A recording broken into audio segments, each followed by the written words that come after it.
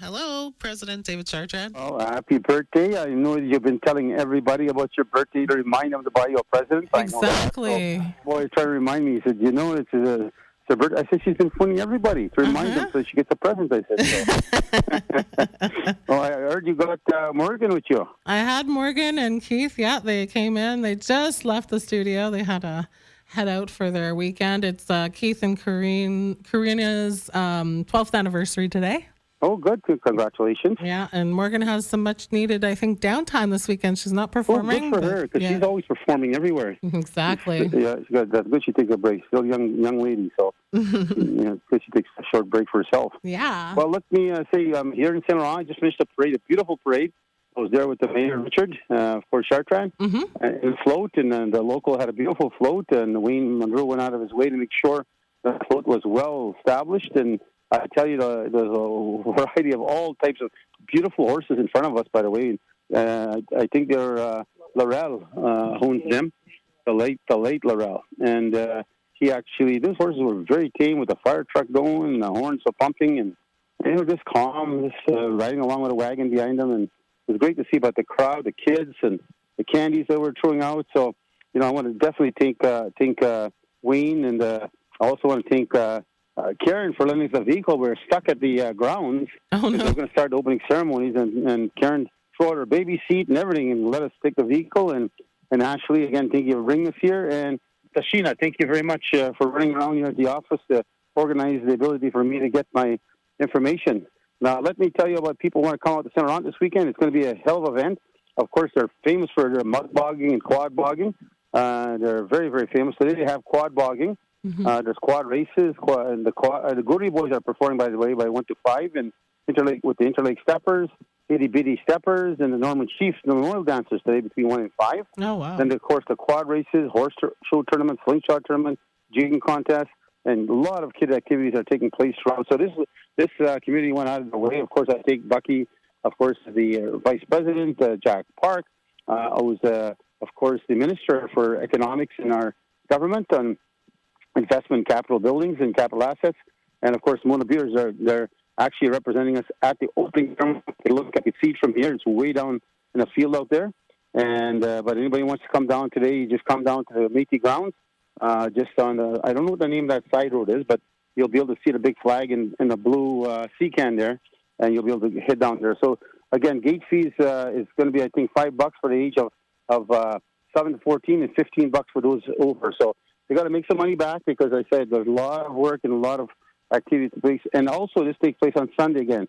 11 a.m. the gates open, and that's when the big mud bogging comes into play. Ooh. So it's really important that if you want to get there early enough. Get there. I'm just trying to show, man, there's a bug walking over my hand, and I'm trying to show her so I have two phones in my hand, and she's busy touching the phone. There's a big bug walking on my hand here. Oh. But again, come down to Saint Laurent. You'll enjoy it. The locals went out of their way to make everybody have an enjoyable time. And again, I want to thank the mayor and the community here with such great welcoming from all across the different groups, age groups, as we came with a float and we threw out the candy, and kids and parents, all of them were yelling, and very, very, very proud to see the Métis flags flying everywhere in this community again.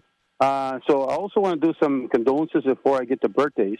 Okay. Of course, Denise Thomas, our longest-serving elected official in the Federation, and one actually, she is not only that she has been powerful in her region in the sense of leading our nation forward and helping me in the land claims, but in all her work, she also has losses, and she lost her son Byron. And so I ask everybody to send prayers if you can their way. And of course, Denise participates in that World Prayers at 9 o'clock in the evening, and but she definitely needs prayers now, and she's always praying for everybody else. Now I think it's time we pray for her and her family in the loss of Byron. I'm one of the top mechanics when it comes to outboard engines, and cancer already got a hold of him and took him away, and as they said, no more suffering. Byron's in a healthy place, a new place, and a new home. So good journey, Byron, out there, and I'm sure you'll come to visit your mom occasionally to make sure you tell her you're okay.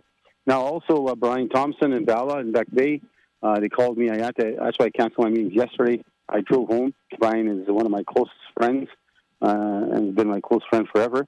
And he lost his son a few years ago, his youngest. Now he lost another son. Got sick, and his brother died a few years ago. him too a little over a year ago. He lost his brother, and now he lost his son. So he was having a very, very hard time. So I took off to Duck Bay to be with him yesterday, and so I want to give, again, our condolences from my family, from Gloria and the rest of us, and also from all the people that know Brian. Brian was a contractor for us for many, many months, and Val was a school teacher in Duck Bay, the pastor of St. Patrick. So Friday is the wake, and Saturday is the funeral, so I'll be heading out there. And at the same time, of course, we have the regional meeting taking place.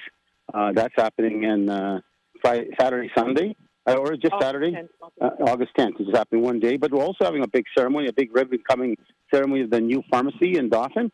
And the customers are starting to roll in already, and we're very proud of that. So, again, kudos to Frances and her team. Of course, Frances, the Vice President. Richard Janai is one of the executive members, along with PJ Fleming. So, again, good work on their part, and it's good to see another pharmacy opening. And as I said, we plan to open more pharmacies in the future, and I'm very, very pleased to see so much support coming.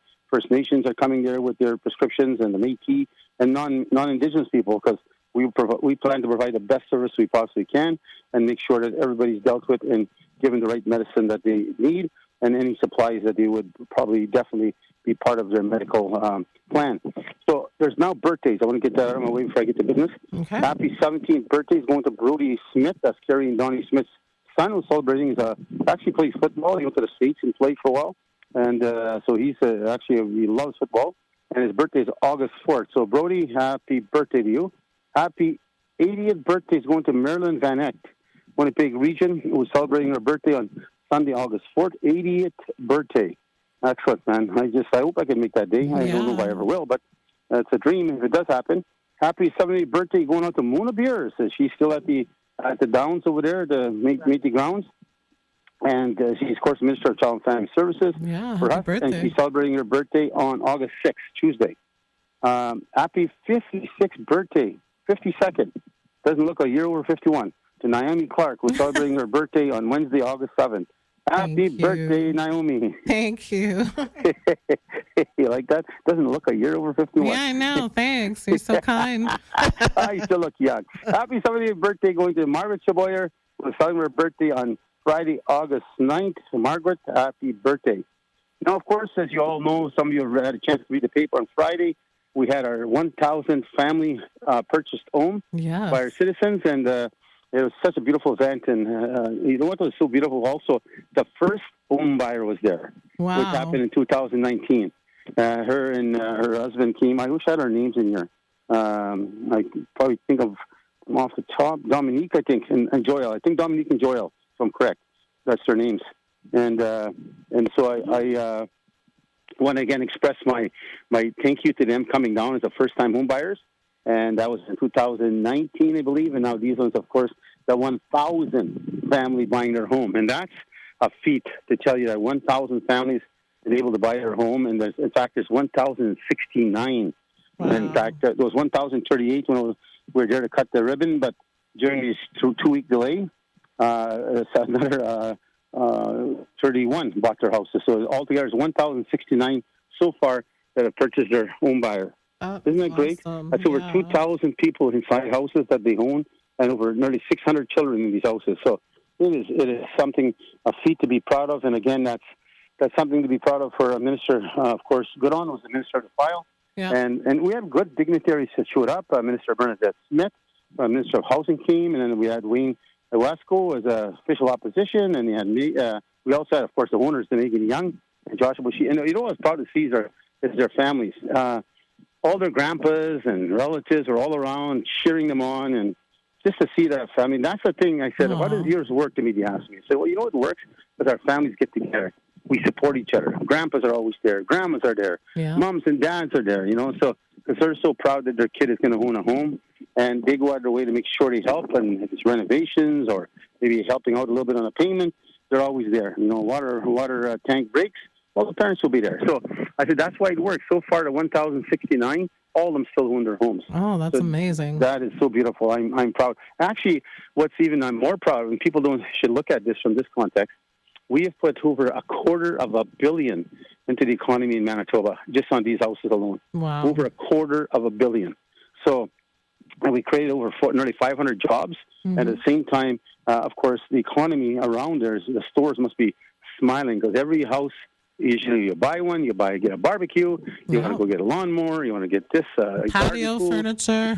Exactly, and then knowing women, they want to change their kitchen, they want to change their bathroom. Of course. So very fussy. Sometimes those women there, they wanted the best. You have a new house, you need the best. You need new furniture. That's what happens to me. Gorman says, I want this, I want that. But it's my job to provide. That's what my mom raised me for. She told me to do that.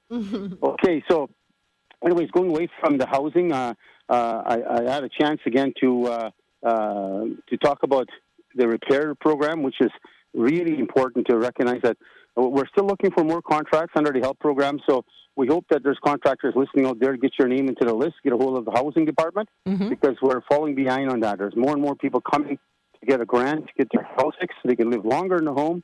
But at the same time, the challenge we face is that we end up being in a situation where we don't have enough contractors to keep up with the pace. So I think I encourage everybody to if you're a contractor, want to get in there, give us a call. And don't forget that this coming weekend, not this one, of course, the next weekend is that regional meeting of the Northwest region. The following week's in the PAW. I'll be in the PAW for that one, and the following weekend in the PAW. So we're going to be quite busy. Our summers are starting to pack up. My summer's completely packed up. I keep on changing people to drive with me. They're tiring out on me. They're 30 years younger than me. They're tiring out on me, these young people. That's because you're the Energizer Bunny. Yeah. You just keep going and going. Yeah, but that's how I am. That's how I've been born to do. That's my job. Yeah. The Lake Manitoba Resort today, we're having a golf tournament for my mom. There's a 14th, I think, since my mom passed. And people will say, well, what? Martha never played golf. Why are you guys playing golf? Yeah. Of course my mom never played golf. She probably didn't even know how the game ever worked. But what's important is that when my mom passed, and of course Métis culture, the oldest is always the boss. And the oldest is responsible for the family, make sure that they keep the family together, make sure that they cooperate, support each other. That's the responsibility of the oldest in the Métis culture. So when my mom passed, of course, my brother Albert had passed, my sister Pauline had passed, I became the oldest. So my mom passed at the hospital. There's about 40 of us there. And everybody's crying, of course, and hurt and don't know what to do. They're lost, because that's the matriarch, the boss. And then at the end of the day, I said to everybody, you know what? Let's just not go our separate ways today. Let's do something. And I couldn't figure out what else I do. So I got a bunch of chicken, and I said, let's go golf. I don't care. None of you know how to golf. We'll ride around the cart, and we'll just keep the family together today. Right. So it worked. And then ever since then, we've been having an annual tournament to keep our family together. Oh, I love that. Yeah, it works on me. If you're available, you want to come golfing, it's at 3 o'clock. It's open to other people that want to come. Of course, we have many family friends. But $50, and that includes your meal. So I want to thank St. Laurent Community Golf Course. I think it's called what's that golf course called, Jack? Lake Manitoba Resort. Yeah, I keep forgetting the name. They have so much different stuff we're working on. Lake Manitoba Resort. So we'll be there at 3 o'clock today. And you'll have a meal after that, and get to laugh, and nice prizes. And the goal at the end, as I said, to keep the family together. And I was telling Richard that today, Mayor, it's important that as a family, we always stick together. And that's, as I said, that's what works for housing. It keeps us together, it keeps us strong. And it's vital that we don't forget that. And again, when we look at the Meadow Pharmacy that's going to be opening up August 10th, it's going to be important that we look at the aspect of why is the pharmacy so important. The economic engines are very vital. And in order for us to, we use the most medicines, but at the end of the day, why are we going to Shoppers? Rexall. Why aren't we having our own economic engine? Yeah. So I encourage our government, and they pushed and supported it. And I said it's our second pharmacy now. The grand opening is at 12:30 on August 10th. By the way, I happened to stop and I went and visit. And of course, my supporter, my helper here, doesn't have her email working well here. So I can't see the full report that Kat sent to me. But I do know that I was at Dauphin Fest. I went there and stopped by and visit Francis, and so I took the time to go and visit the community, shake some hands, walk down the street in Dauphin. And I thought, you know what? I told Kevin we were heading down to see Brian. I said, let's stop there, because I want to have some. I'm sure this is where we're going to find the best pierogies we can get our hands on, still known as Ukrainian territory. Yeah. You know what? I couldn't find one pierogi maker out there that's selling pierogies. What? Yeah, no pierogies in Dauphin. Goodness. Did you believe that? You know? Well, they're all there this weekend because they're having their big Ukrainian festival. So they must have brought some imports. And it's like going to a Métis town, First Nation town, say there's no ducks, moose, meat, or fish. Uh-oh. And they're banning. And then you say, holy Christ, what type of indigenous community is that? You know? So, again, Ukrainians out in Dauphin, I'm reaching out to you. And don't forget your pierogies as part of your culture. You're well known for that. Everybody loves and adores that. So, again, it's very important that we try to keep our culture moving forward, keep on pushing that agenda, and strongly make sure you keep it alive. Because if you don't, it'll fade. And if it begins to fade, then a piece of you gets lost. Yeah. It's like losing your language. You lose some of your language, you lose part of your culture. But on another note, before I go, Chartrand is still one of our historical Métis towns. And right now, if you're standing here, Naomi, you see the flags flying in nearly every household, all down the streets. It's just so beautiful to see. It's just it makes me proud as a leader. You know, we've got to keep our historical communities like Saint Eustache, Saint Laurent. All these are Métis villages that existed for hundreds of years, and we need to make sure that we keep that image and that pride alive to our young generation.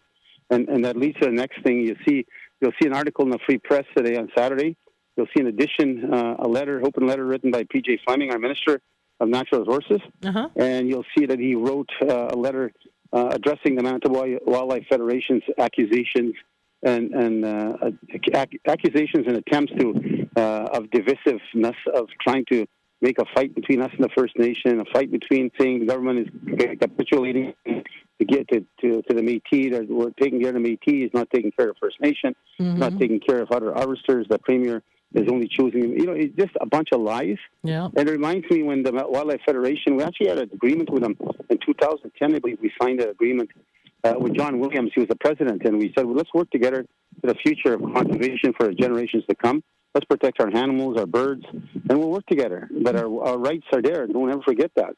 But we believe in, of course, conservation. Yeah.